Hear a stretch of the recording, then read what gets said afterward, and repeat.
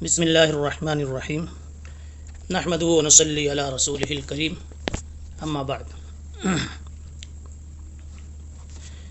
به قال حدثنا مسدد قال حدثنا یزید بن زریع قال حدثنا سعید عن قتادہ عن انس ان النبی صلی اللہ علیہ وسلم كان يطوف على نسائه في ليلة واحدة وله 9 نسوة. وقال لي خلیفہ حدثنا یزید بن زریع قال حدثنا سعید عن قتادة ان انس حدثهم عن النبي صلی اللہ علیہ وسلم. یہ حدیث امام بخاری رحمۃ اللہ علیہ نے باب کثرت النساء کے تحت ذکر فرمائی ہے. اس باب کی یہ دوسری حدیث ہے. حضرت کا مقصد ہے تعدد ازواج کو ثابت کرنا. تو اس باب میں اس حدیث میں جو لفظ آیا وَلَهُ 9 نسوة، یہ محل ترجمہ ہے، محل استشہاد ہے. یہیں سے ترجمۃ الباب ثابت ہوتا ہے. حدیث کا آپ ترجمہ کریں گے تو آپ کو ایک سوال آئے گا، بس اسی کو حل کرنا ہے. حضرت انس رضی اللہ تعالی عنہ فرماتے ہیں کہ نبی کریم صلی اللہ علیہ وسلم ایک ہی رات میں اپنی ساری بیویوں پر گشت کر لیا کرتے تھے، اور آپ کی 9 بیویاں تھیں. سوال یہ ہوا کہ شریعت کا حکم ہے کہ جب بیویاں متعدد ہوں تو بیویوں کے درمیان شب باشی اور شب گزاری کے لیے باری تقسیم کر لینی چاہیے. پھر ایک ہی رات میں نبی پاک صلی اللہ علیہ وسلم کا تمام ازواج کے پاس جانا یہ تقسیم باری کے خلاف معلوم ہوتا ہے. اس کے جواب میں محدثین اور شارحین نے مختلف باتیں کہی ہیں. بعض حضرات فرماتے ہیں کہ باری امت پر تو واجب تھی، نبی پاک صلی اللہ علیہ وسلم پر واجب نہیں. قرآن مجید میں ہے ترجی من تشاء منہن وتؤوی الیک من تشاء. اس سے پتہ چلتا ہے کہ آپ کے اوپر تقسیم بین الازواج ضروری نہیں، واجب نہیں. لیکن اس جواب کو کمزور کہا گیا، اس لیے کہ اگرچہ آپ پر باری واجب نہ تھی، 100 مان بھی لیا جاوے، لیکن آپ نے اس رخصت سے کبھی فائدہ نہیں اٹھایا اور ہمیشہ بیویوں کے درمیان عدل کے ساتھ باری تقسیم فرمائی ہے. دوسرا جواب بعد حضرات نے یہ دیا کہ اس قسم کی جو نوبت آتی تھی کہ ایک ہی شب میں ساری بیویوں سے ملاقات فرمائی، تو یہ اس شب کی بات ہے جو شب کسی ایک بیوی کی باری تھی، لیکن باری والی خاتون نے اپنی باری کی قربانی دے دی، تو پھر اس رات کو آپ نے ساری بیویوں کے لیے استعمال کیا. گویا یہ گشت جمیع نساء کی طرف صاحبۃ النوبہ کی اجازت سے تھا. تیسرا جواب اس کا یہ دیا جاتا ہے کہ یہ واقعہ اور اس قسم کا قضیہ پیش آیا ہے کبھی کبھار جب آپ کبھی سفر کے بعد تشریف لائے ہیں گھر پر. تو سفر کے بعد جب آپ گھر پر تشریف لائے اس وقت کسی کی باری ابھی نہیں تھی، ابھی وہ دن خالی تھا، تو اس دن کو آپ نے ساری بیویوں کے لیے استعمال کیا تاکہ ساری بیویوں سے ملاقات ہو جائے اور سب کی دلجوئی ہو جاوے. ظاہر سی بات ہے کہ جب سفر سے تشریف لا رہے ہیں تو ساری بیویوں کو شوق ہوگا کہ تھوڑی دیر بیٹھنا میسر ہو، آپ سے سفر کی رودات سنیں وغیرہ وغیرہ. اس لیے آپ وہ دن، پہلا دن جو سفر سے واپسی کا ہوتا تھا، باری سے اس کو خالی رکھا تھا. جب باری سے خالی تھا تو ساری بیویوں سے ملنا اس میں جائز ہو سکتا ہے. ایک جواب اور دیا جاتا ہے، یعنی چوتھا جواب، کہ اس قسم کا معاملہ کہ یطوف علی نسائہ فی لیلۃ واحدہ، یہ باری کی تقسیم کے وجوب سے پہلے کا قضیہ، یعنی اس وقت کی بات ہے جب باری واجب ہی نہیں ہوئی تھی. لہذا اس میں کوئی اشکال وارد نہیں ہوتا اور کسی بیوی کا کوئی حق دبنے کا شبہ نہیں پیدا ہوتا۔ ایک بات بعض محدثین نے یہ کی ہے کہ ایسا اس وقت آپ فرماتے تھے جب باریوں کا سلسلہ، باریوں کا دور مکمل ہو جاتا تھا۔ ایک باری کا دور مکمل ہوا، مثلا 9 بیویاں وقت واحد میں ہیں، تو 9 بیویوں کے 9 دن مکمل ہو گئے۔ اب جو اگلا دن 10واں دن آیا تو یہ تکمیل نوبات کے بعد ایک دن کوئی خالی ہوتا تھا تو وہ ساری بیویوں سے ملنے کا ہوتا تھا۔ اس لیے اس کو سامنے رکھ کر کے فرمایا یطوف علی نسائہ فی لیلۃ واحدہ۔ یہ 5 جوابات ہوئے۔ علامہ انور شاہ کشمیری رحمۃ اللہ علیہ نے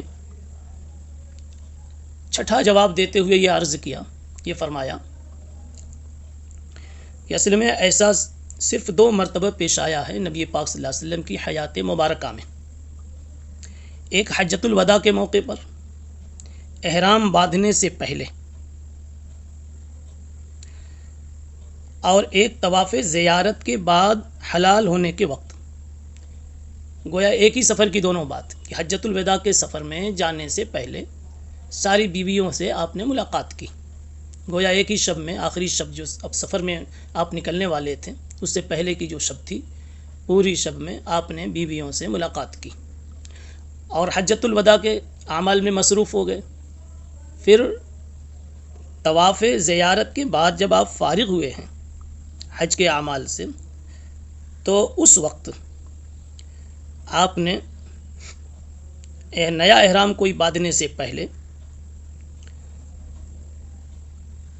زوجین کا وظیفہ زوجیت ادا کرنے سے فارغ ہونے کے خیال سے آپ نے تمام ازواج مطہرات کے ساتھ اس وقت رات گزاری، اور ایسا اس لیے کہ اس سفر میں تمام ازواج مطہرات ساتھ میں تھیں، تو سب کو اس سنت پر عمل کرنے کا موقع مل گیا۔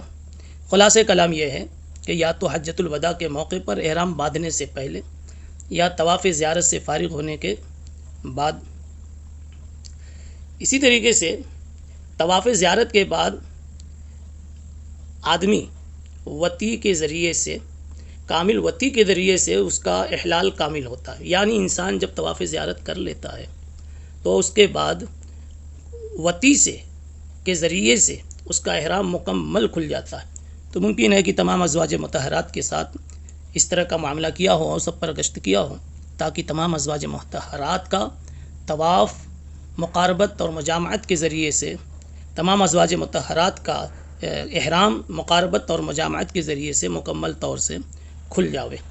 بہرحال شاہ صاحب کی تقریر کا حاصل یہ ہوا کہ حجۃ الوداع کے موقع پر احرام باندھنے سے پہلے یا حج کے اعمال سے فارغ ہونے کے بعد، یعنی طواف زیارت کے بعد، آپ صلی اللہ علیہ وسلم نے یہ عمل فرمایا تھا۔ یعنی عام حالات میں آپ کا یہ معمول نہیں تھا، بلکہ اس خاص موقع پر آپ صلی اللہ علیہ وسلم نے ایسا کیا تھا۔ اس لیے یہ چند جوابات، تقریباً 6 جواب ہو گئے، ان جوابات کی روشنی میں یہ اشکال باقی نہیں رہتا کہ آپ صلی اللہ علیہ وسلم نے ایک ہی شب میں ساری بیویوں پر گشت کیسے کیا۔ آپ ملائیے ایک مرتبہ، کان یطوف علی نسائہ فی لیلۃ واحدہ ولہ 9 نسوہ۔ آگے ایک بات ہے جاننے کی، وقال علی خلیفۃ، سند پر تھوڑا سا کلام دیکھیے۔ قال علی خلیفہ حدثنا یزید بن زریع قال حدثنا سعید عن قتادہ ان انسا حدثهم عن النبی صلی اللہ علیہ وسلم۔ حضرت قتادہ رضی اللہ تعالی عنہ سے روایت ہے کہ حضرت انس نے حدثهم عن النبی صلی اللہ علیہ وسلم، حضرت انس نے لوگوں کو نبی پاک صلی اللہ علیہ وسلم کے تعلق سے یہ بات بتائی۔ اچھا جی، یہاں صرف یہ سمجھنا ہے کہ حضرت قتادہ ہی کی روایت اوپر بھی آئی تھی، حضرت قتادہ ہی سے یہ نیچے بھی آئی ہے، اور یہ نیچے والی سند میں حدیث کا متن کوئی مذکور نہیں ہے۔ حضرت اس کو نقل کر کے کیا کہنا چاہتے ہیں، تو معلوم ہونا چاہیے کہ امام بخاری رحمۃ اللہ علیہ ان قتادہ ان انس پر ہونے والے ایک شبہے کا جواب اس اصلی سند سے اور اس اگلی عبارت سے دینا چاہتے ہیں۔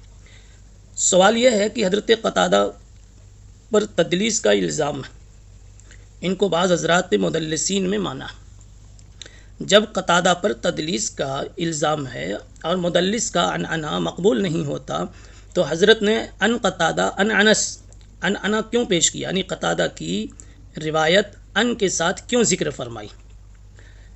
اس کا جواب یہاں دے دیا کہ ایک سند ان کی ہم نے ان کے ساتھ سنائی ہے اور دوسری سند یہاں تحدیث کے صیغے سے ان قتادہ ان انس حدثہم، یہاں قتادہ صیغے تحدیث پیش کر رہے، صیغے تحدیث سے صیغے صراحت سے، تو معلوم یہ ہوا کہ اس دوسری سند سے صراحت کا ثبوت ہوتا ہے، اور جب ایک جگہ کا عنعنہ دوسری جگہ کی صراحت سے مؤید ہو جاوے تو اس وقت جو شبہہ رہتا ہے سقوط راوی کا وہ ختم ہو جاتا ہے، لہذا روایت میں عنعنے کی بنیاد پر ہونے والا اشکال اب باقی نہیں رہا۔